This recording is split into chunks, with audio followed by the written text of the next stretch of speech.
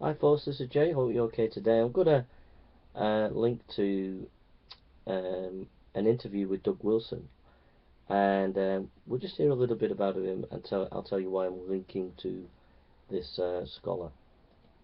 Hello, this is Brian Oughton of Apologetics 315. Today's interview is with Pastor Douglas Wilson.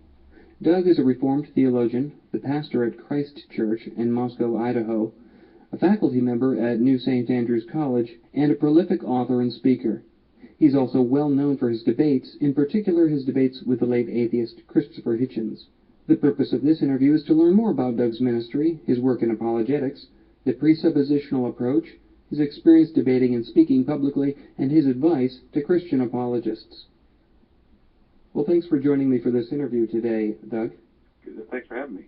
I appreciate it. Well, Doug, would you mind telling our listeners just a bit more about yourself and your background?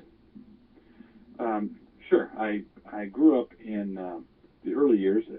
My dad was a Navy man, Naval Academy graduate, and when he got out of the Navy, he went to Annapolis, Maryland, to open up a Christian bookshop to minister to midshipmen.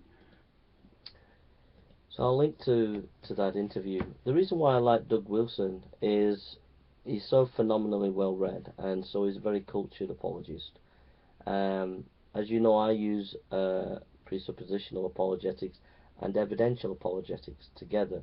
Now, it's often said that you can't do that, but people don't realise there are lots of different presuppositional apologists. One is Francis Schaeffer. Francis Schaeffer was an apologist who used presuppositional apologetics and evidentialism, and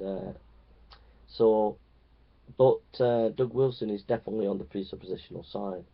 The reason why I like him is his debates with Christopher Hitchens are very informative, witty, and